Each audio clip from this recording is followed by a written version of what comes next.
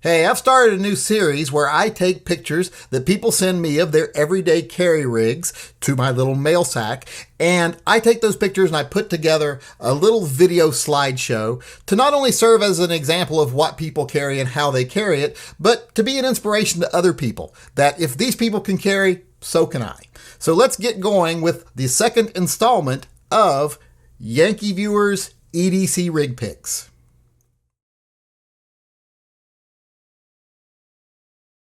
We're going to start today with Mauricio. Mauricio is carrying his Glock 26. Now he's carrying it appendix, which I don't approve of. I like to live by the rule of don't point your Glock at your cock, but doesn't seem to bother him. And in this picture, he's demonstrating that even a skinny bitch like himself can carry a double stack gun successfully. Now, I guess in this case, the rule should be don't point your baby Glock at your baby, what else. But his name's Italian, so maybe that's not true. So we won't give him a hard time on that. But one thing I will point out here is what's up with his gig line? I've seen a lot of pictures now of people with their belt buckles way off to one side. Is this the preferred carry method now for people that want to blow their balls off or something?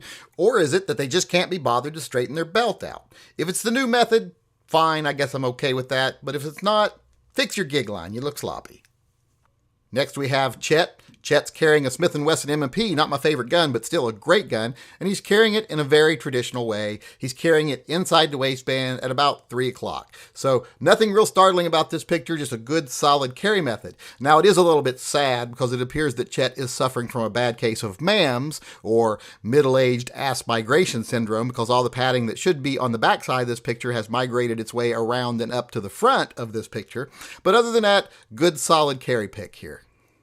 Next, we have Eric. Now, Eric is doing it old school. He is carrying an older Smith & Wesson Model 66, one of the best guns ever made, period. And he's doing it in an old style, rough outside the waistband, snap, drop leg leather holster here. So, awesome choice here, very old school. He is either a modern day cowboy or he shops exclusively at flea markets and pawn shops. Either way, I approve. It just goes to show you that you don't have to choose all the modern, fancy tactical choices to be prepared every day, because this right here, that's a solid choice.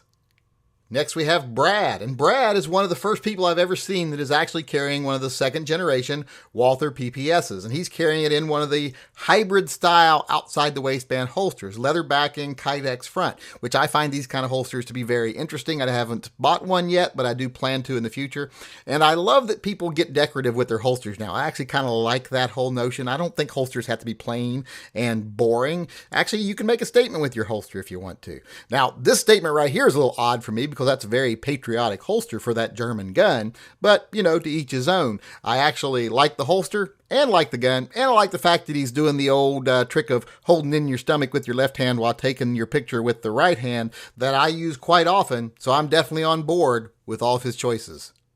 Next we have Carlos. Now, I'm going to ignore the fact that it looks like Carlos is taking selfies of himself in a public bathroom mirror, but other than that, I'm going to say awesome choices here. He's carrying a nice classic CZ pistol inside of a Nate squared holster inside waistband, and I just like this pick because I like that gun, and I like the fact that this gun looks like it's been carried a lot and shot a lot. Now, I know I'm meticulous about my guns and a little bit anal, but I actually do like it when you just look at it and you can tell that that gun's been used and that gun has actually served someone for quite a while. So, weirdness of the public restroom thing aside, I actually like this pick quite a bit. And it shows off a Nate Square tactical holster that a lot of people I don't think even consider, even though they are very comfortable.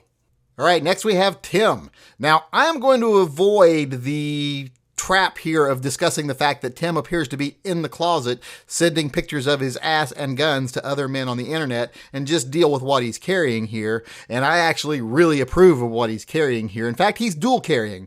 He's carrying a good Smith & Wesson revolver on his hip at 3 o'clock outside the waistband, which in my opinion is like the best you could possibly do as far as choices for concealed carry. And he's carrying a little backup gun small of back. Now, I'm not a big fan of small of back carry. I think it's dangerous if you have a larger gun. Having a small, thin gun like this Smith & Wesson appears to be a shield that he's carrying really does negate the risk. I'm still not a fan of it, but with a small gun like this, it's okay. So I'm going to have to say this right here, this is a good choice. He's got a nice revolver for power and ability, and then he's got him a nice little backup gun right there in case he runs out of rounds. Now, the next picture we have is from Sable Wiggins. Now, he didn't give me his real name, but I wanted to show this picture simply because of the gun he has chosen to carry. He's carrying a Smith & Wesson SD series pistol. He's carrying the 40 caliber version of that gun, and I've always said it's a great budget carry gun, but I seldomly see anybody carry it. Now, some people might say, well, I guess that's all he could afford. Well, no, he sent me pictures of his other guns. He's got other options. He sent them to me with pics of his guns and his dogs. He's got 3 dogs.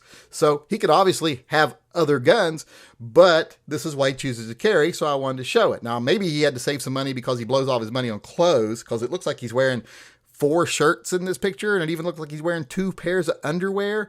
But I think if you saw the pulled back picture and saw the whole picture, you would understand that he probably didn't give his name, and he's probably dressed that way because he's either A, in the witness relocation program, or B, a homeless person just stole somebody's phone and gun and took this picture and sent it to me. So I just wanted to show this specifically because of the gun he's carrying. All right, next we have Brandon here. Now, Brandon, another bathroom selfie here, and man, that's an ugly shower curtain.